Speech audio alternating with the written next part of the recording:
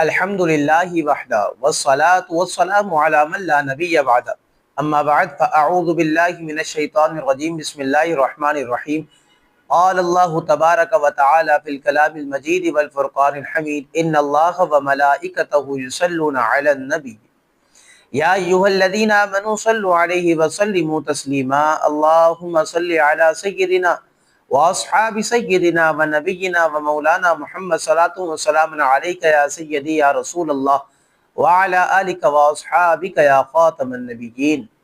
اللہ تبارک و تعالیٰ کی حمد و ثنا کے بعد نبی رحمت شفیع امت آقا نبی کریم صلی اللہ تعالی علیہ وسلم کی مبارک بارگاہ میں درود و سلام کا ہدیہ پیش کر لینے کے بعد بحمد اللہ تعالی آج ہماری درس قرآن کی 26ویں نشست ہے کہ جس میں آپ کے سامنے حاضر ہیں، اور آج ہمیں اما پارے کی یعنی کہ قرآن مجید فرقان حمید کے آخری 30ویں پارے کی جو ہے چند ایک صورتوں پر آپ کے سامنے کلام کرنا ہے۔ آپ دعا کریں کہ اللہ تبارک و تعالی ہم تمام کو قرآن مجید فرقان حمید کی برکتوں میں سے کثیر حصے نصیب فرمائے۔ آج ہم گفتگو کا آغاز کرتے ہیں سورہ انشقاق کی آیت نمبر 7، 8 اور 9 سے۔ رب العالمین جل وعلا نے اپنے مبارک کلام میں ارشاد فرمایا فَأَمَّا مَنْ أُوتِيَ كِتَابَهُ بِيَمِينِهِ فَسَوْفَ يُحَاسَبُ حِسَابًا يَسِيرًا وَيَنْقَلِبُ إِلَىٰ أَهْلِهِ مَسْرُورًا۔ رب العالمین جل وعلا نے سورہ انشقاق کی آیت نمبر 7، 8 اور 9 میں ارشاد فرمایا کہ تو برحال جسے اس کا نامہ اعمال اس کے دائیں ہاتھ میں دے دیا جائے گا تو عنقریب اس سے آسان حساب لیا جائے گا۔ رب تعالیٰ نے آیت نمبر 9 میں ارشاد فرمایا اور وہ اپنے گھر والوں کی طرف خوشی خوشی پلٹے گا۔ یاد رکھیں میرے دوست بزرگوں، مفسرین اکرام نے اس آیت مبارکہ کے تحت پہلے تو آپ اس آیت کریمہ کا خلاصہ سمجھیں، پھر اس کے بعد ہم جو ہے اس کے ضمن میں مختلف جو ہے باتوں کو پیش کرتے ہیں احادیث کریمہ اور جو ہے قرآن مجید فرقان حمید کی دیگر آیتوں کی روشنی میں۔ اس آیت کریمہ کا خلاصہ یاد رکھیں، مفسرین کرام ارشاد فرماتے ہیں کہ قیامت کا دن ہوگا کہ جسے اس دن اس کا نامہ اعمال اس کے دائیں ہاتھ میں دے دیا جائے گا، یعنی کہ سیدھے ہاتھ میں دے دیا جائے گا تو عنقریب اس سے آسان حساب لیا جائے گا۔ اور یاد رکھیں جب اس سے حساب لیا جائے گا، رب تعالیٰ نے فرمایا کہ وہ اپنے گھر والوں کی طرف خوشی خوشی پلٹے گا۔ اس سے مراد کیا ہے؟ فرمایا گیا کہ جب اس سے عنقریب آسان حساب لیا جائے گا اور وہ حساب کے بعد اپنے جنتی گھر والوں کی طرف اس کامیابی پر جو ہے وہ خوشی سے اور خوش دلی کے ساتھ جو ہے وہ لوٹے گا جنتی گھر والوں کی طرف۔ تو اس آیت مبارکہ کا خلاصہ یہ ہے، لیکن اس کے ضمن میں بہت ساری گفتگو جو ہے مفسرین اکرام نے پیش فرمائی ہے۔ یاد رکھیں کہ مفسرین اکرام ارشاد فرماتے ہیں کہ قیامت کا دن ہوگا، لوگوں کی مختلف کیفیات ہوں گی۔ کیا مطلب یہ ہے کہ بعض اہل ایمان ایسے ہوں گے کہ جنہیں ان کا نامہ اعمال دیا ہی نہیں جائے گا، بعض ایسے ہوں گے کہ جنہیں دیا جائے گا، بعض ایسے ہوں گے کہ جنہیں سیدھے ہاتھ پہ دیا جائے گا۔ لیکن جنہیں دیا ہی نہیں جائے گا ان کا معاملہ کیا ہوگا، وہ کیسے لوگ ہوں گے؟ مفسرین اکرام ارشاد فرماتے ہیں قیامت کے دن بعض اہل ایمان ایسے ہوں گے کہ جنہیں ان کا نامہ اعمال دیا ہی نہیں جائے گا، اور اللہ تبارک و تعالی بغیر حساب و کتاب کے انہیں جنت میں داخلہ عطا فرمائے گا۔ یہ وہ اہل ایمان ہیں کہ جنہیں نامہ اعمال دیا ہی نہیں جائے گا۔ لیکن بعض اہل ایمان ایسے بھی ہوں گے کہ جب اللہ تبارک و تعالیٰ کی بارگاہ میں حاضر ہوں گے تو ان سے تحقیق اور جرا والا حساب نہیں ہوگا، بلکہ صرف ان کے نامہ اعمال ان پر پیش کیے جائیں گے اور وہ اپنی نیکیوں اور گناہوں کو پہچانیں گے۔ پھر اللہ تبارک و تعالیٰ انہیں نیکیوں پر ثواب عطا فرمائے گا، گناہوں سے درگزر فرما دے گا اور جنت میں داخلہ عطا فرما دے گا۔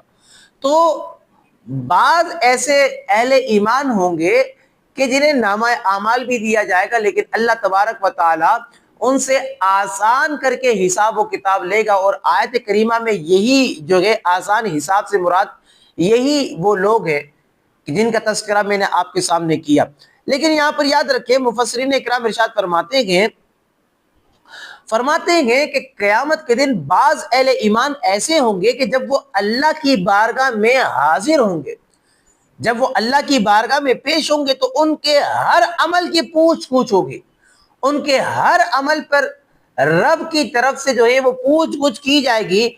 یاد رکھیں کہ ان کا کوئی بھی گناہ نظر انداز نہیں کیا جائے گا اور انہیں برے اعمال کی سزا کاٹنے کے لیے ایک مخصوص وقت تک جہنم میں ڈال دیا جائے گا۔ اللہ اکبر۔ تو انہیں مخصوص، تو ایسے بھی بعض اہل ایمان ہوں گے۔ تو یاد رکھیں کہ ہمیں ہر وقت جو کہ ہمارا حساب آسان لیا جائے، اس کی دعا جو کہ ہم تمام کو مانگتے رہنی چاہیے۔ ایک روایت ہے حضرت عائشہ صدیقہ طیبہ طاہرہ، حضرت عائشہ صدیقہ بنت صدیق رضی اللہ تعالی عنہما سے آپ کے متعلق آتا یہ ہے کہ آپ فرماتی ہیں کہ میں نے ایک مرتبہ نماز کی ادائیگی کی، فراغت کے بعد میں نے نبی کریم علیہ الصلوۃ والسلام کو جو ہے یہ دعا مانگتے ہوئے دیکھا کہ حضور کریم علیہ الصلوۃ والسلام اللہ کی بارگاہ میں دعا مانگ رہے ہیں، کن الفاظوں کے ساتھ؟ کہ اللہم حاسبنی حسابا یسیرا، کہ اے اللہ مجھ سے آسان حساب لے۔ اب حضرت عائشہ صدیقہ رضی اللہ تعالیٰ عنہ بیان فرماتے جب نماز سے فارغ ہو کر آپ کریم صلی اللہ تعالیٰ علیہ وسلم واپس ہوئے تو میں نے عرض کی کہ یا رسول اللہ صلی اللہ علیہ وسلم آسان حساب سے مراد کیا ہے؟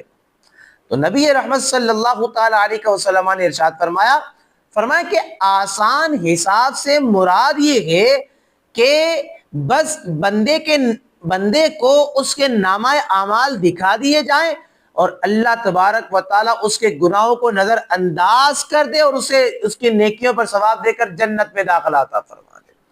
تو یہ آسان حساب سے یہ مراد ہے۔ اللہ اکبر۔ یہاں پر یاد رکھیں آگے نبی کریم علیہ الصلوۃ والسلام نے مزید اس بات کو بیان کیا کہ آقا کریم علیہ الصلوۃ والسلام نے ارشاد فرمایا کہ اے عائشہ رضی اللہ تعالی عنہا، قیامت کے دن جس سے اعمال کے حساب کے معاملے میں سختی کی گئی، جس سے قیامت کے دن اعمال کے حساب کے بارے میں پوچھ گچھ کی گئی، جرا کی گئی، تو نبی کریم علیہ الصلوۃ والسلام ارشاد فرماتے ہیں کہ وہ ہلاک ہو جائے گا، یعنی کہ وہ عذاب میں گرفتار ہو جائے گا۔ اللہ اکبر۔ تو آپ دعا کیا کریں اپنے لیے کہ اللہم حاسبنی حسابا یسیرا، کہ اے اللہ مجھ سے جو ہے آسان حساب لے۔ اور یہ دعا نبی کریم علیہ الصلوۃ والسلام کے معمولات میں بھی شامل ہے۔ یقین جانے قیامت کا دن ہوگا اور بندہ جو کہ اس پر سورج سوا میل پر ہوگا، زمین تانبے کی ہوگی۔ اللہ اکبر۔ گناہگار لوگ جو کہ اپنے پسینوں میں ڈبکیاں کھا رہے ہوں گے اور وہ 50,000 سال کا ایک دن ہوگا میرے دوست و بزرگوں، اور اس وقت اگر بندے سے پوچھ گچھ کی تو یاد رکھیں کوئی عذر اس کا ہاتھ نہیں آئے گا اور وہ ذلیل و رسوا ہو جائے گا۔ اللہ اکبر۔ اللہ تبارک و تعالیٰ جس طرح اللہ نے ہمارے عیبوں پر پردہ دنیا میں ڈال کر رکھا ہے، آپ دعا کریں کہ اللہ تعالیٰ قیامت میں بھی جو ہے ہمارے عیبوں پر پردہ ڈالے۔ یاد رکھیں اگر اللہ نے حساب لیا تو پھر پکڑ ہو جائے گی اور پھر ہم جہنم کے مستحق بن جائیں گے۔ تو یاد رکھیں ہمیں ہمیشہ جو ہے آسان حساب کی دعا کرتے رہنی چاہیے۔ اب مزید ہم آگے کی جانب چلتے ہیں اور سورہ بروج کی آیت نمبر 21 اور سورہ بروج کی آیت نمبر 22 پر آپ کے سامنے کچھ گفتگو کرتے ہیں۔ رب العالمین جل وعلا نے سورہ بروج کی آیت نمبر 21 اور 22 میں ارشاد فرمایا کہ بل ہوا قرآن مجید فی لوح محفوظ۔ رب العالمین جل وعلا نے ارشاد فرمایا کہ بلکہ وہ بہت بزرگی والا قرآن ہے لوح محفوظ میں۔ اب یہاں پر مفسرین اکرام نے اس بات کو بھی لکھا کہ قرآن مجید کے بارے میں کفار کا یہ گمان تھا کہ یہ شعراء کا کلام ہے، یہ تو شعراء کی جو ہے کہانی ہے، لیکن ہرگز ایسا نہیں، بلکہ رب العالمین جل وعلا نے فرمایا کہ یہ شعراء کا کلام نہیں ہے، تو بزرگی والا قرآن ہے، یہ بزرگی والا قرآن ہے۔ اللہ اکبر۔ اس کا مرتبہ اللہ تبارک و تعالیٰ کی نازل کردہ تمام کتابوں سے برآں ہے اور یہ لوح محفوظ میں لکھا ہوا ہے۔ تو اس قرآن کی عظمت اور شان کو اور اللہ رب العالمین جل وعلا نے اس آیت کریمہ میں نازل فرمایا کہ اللہ اکبر، اور کفار کو بطور جواب اللہ تبارک و تعالی نے نازل فرمایا۔ لیکن ہم یہاں پر ایک قرآن مجید فرقان حمید کی عظمت پر گفتگو کرتے ہیں۔ یاد رکھیں کہ اللہ تبارک و تعالیٰ نے قرآن مجید فرقان حمید کی شان کو قرآن مجید فرقان حمید میں ہی نازل فرمایا۔ اللہ اکبر۔ اب آپ ذرا سنیں، مفسرین اکرام نے اس بات کو لکھا کہ قرآن پاک یہ عظمت والی کتاب ہے، قرآن پاک یہ لاریب کتاب ہے، اور قرآن پاک از خود ایسا عظمت والا ہے کہ جس پر غسل فرض ہو اسے پاک ہوئے بغیر قرآن کو پڑھنا حرام ہے۔ قرآن پاک خود ایسا عظمت والا ہے کہ وضو کے بغیر بھی چھونا منع ہے، اس کی طرف پیٹ کرنا بھی منع ہے، اس کی طرف جوتے کرنا بھی منع ہے۔ اللہ اکبر۔ قرآن پاک تو یہ ایسی مبارک کتاب ہے، یہ خود ایسی عظمت والا ہے کہ قرآن پاک دوسروں کو ایسی عزت دیتا ہے۔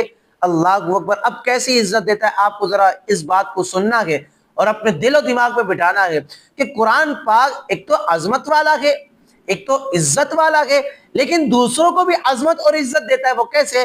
مفسرین اکرام ارشاد فرماتے دوسروں کو عزت اور عظمت جو ہے قرآن پاک کو اس طرح دیتا ہے کہ اس کو لانے والے فرشتے تمام فرشتوں سے افضل۔ جس مہینے میں قرآن آیا وہ مہینہ یعنی کہ رمضان کا مہینہ تمام مہینوں سے افضل۔ جس رات میں نازل ہوا وہ رات تمام راتوں سے افضل۔ جس جگہ میں آیا وہ جگہ تمام جگہوں سے افضل۔ ارے جس زبان پر آیا وہ زبان تمام زبانوں سے افضل، اور جس محترم نبی پر اللہ نے نازل کیا وہ نبی تمام نبیوں اور رسولوں سے افضل ہے۔ تو یہ قرآن ایسی عظمت والا ہے کہ دوسروں کو بھی عظمت دلاتا ہے۔ اللہ اکبر۔ تو قرآن سے رشتہ ہمارا مضبوط ہونا چاہیے، قرآن سے ہمارا تعلق مضبوط ہونا چاہیے۔ یاد رکھیں، بڑی معذرت کے ساتھ میں یہ بات کہتا ہوں کہ قرآن پاک جزدان میں لپیٹ کر جو کہ الماری کے اوپر رکھنے کے لیے نہیں آیا۔ قرآن پاک بہن بیٹیوں کی رخصتی کے وقت جو کہ ان کے سر پر رکھنے کے لیے نہیں آیا۔ قرآن پاک قسمیں کھانے کے لیے نہیں آیا۔ ارے قرآن پاک تو آپ کی اور ہماری تقدیریں تبدیل کرنے کے لیے آیا ہے۔ ارے قرآن پاک تو آپ کی اور ہماری روزی میں برکت ڈالنے کے لیے آیا ہے۔ ارے قرآن پاک تو تلاوت کی جائے اس لیے تشریف لایا ہے، تو اس کا جو حق ہے اس کو ادا کیا جائے، اس کی تلاوت کی جائے، اس سے رابطے کو مضبوط کیا جائے، اس سے ایک تعلق کو گہرا کیا جائے۔ یقین جانے جو قرآن سے تعلق کو مضبوط کرتا ہے، جو قرآن سے اپنے رشتے کو جوڑ لیتا ہے، تو قرآن بھی شفاعت کرنے کے لیے جو کہ اللہ کی بارگاہ میں حاضر ہو جاتا ہے۔ پھر قرآن اس کو تنہا نہیں چھوڑتا۔ جب بندے کا تعلق قرآن سے مضبوط ہونا اور بندہ جب قبر میں جاتا ہے تو یہ وہی قرآن ہے جو بندے کی اندھیری قبر میں روشنی کو پیدا کر دیتا ہے۔ اللہ اکبر۔ تو قرآن سے تعلق کو آپ رمضان کے بعد بھی جو کہ وہ مضبوط رکھیں۔ یقین کریں اللہ تبارک و تعالیٰ اس میں آپ تمام کو جو کہ یہ بڑی برکتیں عطا فرمائے گا۔ آج کی نشست ہم اسی پر ہی اختتام کرتے ہیں۔ آپ دعا کریں کہ اللہ تبارک و تعالیٰ آپ کا اور ہمارا حامی و ناصر ہو۔ وآخر دعوانا ان الحمد للہ رب العالمین۔